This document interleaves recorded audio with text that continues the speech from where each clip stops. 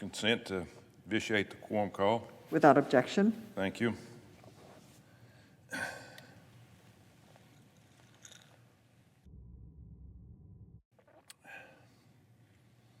You know, there's an old saying that I have used quite often, but it bears repeating. Give a man a fish, you feed him for a day. You teach a man how to fish, and you feed him for a lifetime. It's a simple yet insightful concept. Human beings often like things to be easy. It's just in our nature, but the reward for easy is very short-lived. Sometimes if you don't earn it, you don't understand it. If we work hard and challenge ourselves to improve, we reap the benefits for much longer. That is the American way. I'd tell this to my players over the years that I coached, but lessons learned that are applied to the football field also apply in life. This country owes you one thing, an opportunity. Sometimes people just need to be shown where that opportunity is at and encouraged to take it. And that's what everyone in this body should be focused on doing, opening doors for opportunity for the people of this country. President Biden seems determined to close those doors of opportunity by creating, it looks like, a future massive entitlement state. My Republican colleagues and I have talked a lot about the reckless tax and spend plan and the cost of that plan on American families. We're seeing rising inflation, which means dollars from your paycheck are not going as far. We're seeing costs rise on everyday goods that families need, food, gas, diapers, you name it, it's going up. This is a direct result of untargeted spending this year as we're trying to recover from a pandemic, the worst time in the world to be throwing government money at a pandemic. And now our Democratic colleagues looks like wants to spend $3.5 trillion more after spending $1.9 trillion back in February. And what gets talked about less than cost of this spending is the social and societal cost of all these new and expanded programs. While it may not be easy to see or measure, it's no less important. And that's what I want to talk about today. Let's remember how this started and how we got here. It started with President Biden's announcing two plans, great names. First was the American Family Plan, and then there was American Jobs Plan. Despite their confusing similar names on the face, they don't sound that bad. I'm for American families, and I'm for American jobs. But these plans are not about American families or American jobs. They're full of progressive items that can only pass the Senate through a reconciliation process. There won't be any Republicans that will vote for this. And Democrats know this. So now, here we are. With our colleagues stuffing the worst parts of President Biden's agenda, I'm talking about the most progressive items that only appease to the far left of their base into their latest package. And all of President Biden's progressive programs cost money, lots and lots of money. And they're going to pay for them with your taxpayer dollars, not the government dollars, taxpayer dollars. A lot of my colleagues have expressed concern with the Democrats' reckless tax and spend spree, but they aren't the only ones sounding the alarm. Folks back home have started to take notice, and there's a lot more collective wisdom among the folks back home than there have been here lately in Washington, D.C. So I brought a couple of letters with me today. These are folks from Alabama who wrote to me about their concerns with President Biden's massive spending plan. Here's what James Merrill from Huntsville, Alabama, wrote to me. I have been studying this atrocious Biden America's Family Plan, and it is clear that not only is the cost staggering, the implications of all the rules that will go with it will terribly impact all family life and our freedoms to manage our lives. It blatantly makes the middle class dependent on the government. Cradle to grave, a clear path to socialism. James, you are exactly right.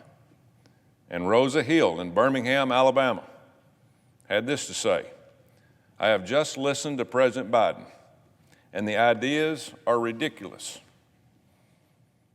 We should be helping each other, not the government getting involved. Ms. Hill makes an important point. Much of this work can and should be done by our neighbors, churches, and people in the communities. The problem is we've been conditioned to wait for the government to do the hard work of helping the less fortunate for us rather than doing it ourselves. Half a century ago, President Lyndon Johnson launched the war on poverty. He and leading liberals at the time thought the answer to poverty was to dramatically increase the benefits the federal government would give out to the poor. Well, the war on poverty didn't work like its backers thought it would. The following decade was filled with economic stagnation, high inflation, gas lines, spikes in drug addiction, and horrifying rise in crimes across our country. Sounds familiar, doesn't it? Just like what's happening today. Folks, the definition of insanity is trying the same thing over and over again, expecting a different result. We've already tried this. President Biden is determined to try the same worn-out policies today, throwing trillions and trillions of taxpayer money at the problem and hoping the problem goes away. It has been and still is the wrong solution. President Biden's reckless spending spree won't help struggling American families. It will trap them in the endless cycle of dependence on big government and taxpayer money. Just take a look at what President Biden has proposed in his American Family Plan. Government subsidized child care, free preschool, free community college, free. That seems to be the slogan of this administration. Of course, we all know that there's no such thing as free in this country. I've talked before about the fact that President Biden has proposed 30, you heard me right, 30 new taxes that the Democrats can choose from to pay for these free programs in their next spending package. 30 new taxes during the pandemic. According to one analysis by the Hoover Institution, President Biden's American Families Plan would add 21 million Americans to the federal government's list of beneficiaries. 21 million more people living off the government. Now, there are certainly people out there who need help. We all know that. But this plan opens the floodgates to taxpayers-funded benefits instead of concentrating on those that mostly need it. Under President Biden's plan, your family could make up to $200,000 and still qualify for federal health care. $200,000. We don't have to comb through the history books for examples on how these progressive policies fail. We don't have to look far. Just look at what we've done here recently in the insistence on keeping unemployment benefits historically high. My Republican colleagues and I have spoken about how these misguided benefits essentially paid people not to work, destroying small businesses all over the country. And our economy's progress has gone down as we try to recover from this pandemic. Republican governors across the country recognized the problem and decided to cut out the overly generous benefits months ago. Folks who needed help would get it, but they wouldn't be paid to sit at home, and then they wouldn't be sitting home when they could have been working at jobs that would help their families. Just about every Democrat governor has insisted on keeping these benefits. Now, what does that tell you? Insisting on keeping the benefits and not keeping the benefits. We've made some terrible decisions just in a short period of time. Well, we can already see the results of what's happening with these benefits. According to the monthly data from the Bureau of Labor Statistics, states that cut their federal expanded benefit are closer to returning to pre-pandemic employment levels than the states that kept it. 13 of the top 15 states with the best unemployment numbers have all ended their federal expanded unemployment insurance. Why don't we learn from this misguided policy and not repeat it by spending money on bad outcomes? We seem to continue to do that every time we turn around. The reckless tax and spend spree to advance President Biden's progressive agenda isn't just unaffordable, it's un-American. The United States was founded on the ideas of personal liberty and self-reliance. Make you feel good about yourself, earn your own way. Not government handouts, best known as socialism.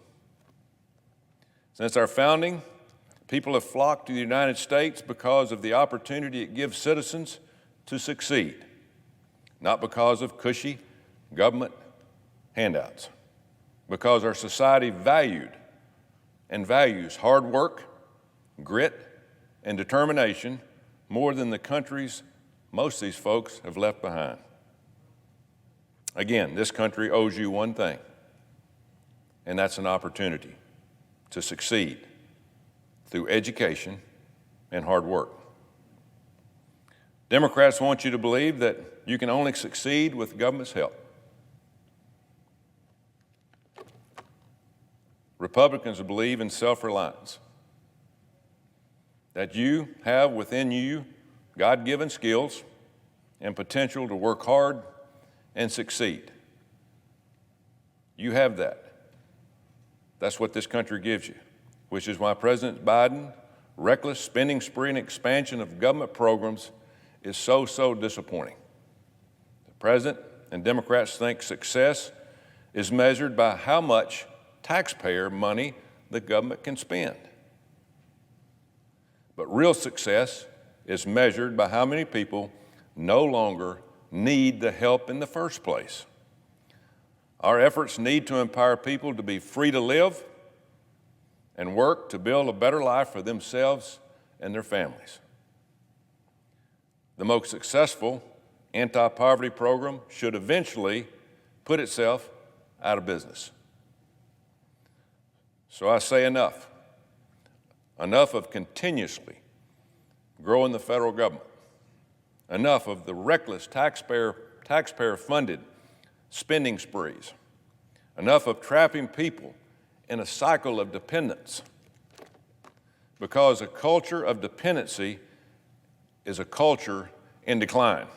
I say we work together to encourage people to seize the many opportunities in our country and have them wait around hoping the government will fix every problem life throws their way.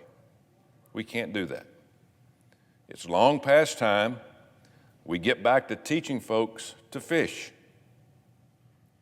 Learn to fish themselves, to be self-reliant. That's a culture of hard work and resilience. That's a culture of the United States of America. the best country on the face of the earth. Madam President, I notice the absence of quorum.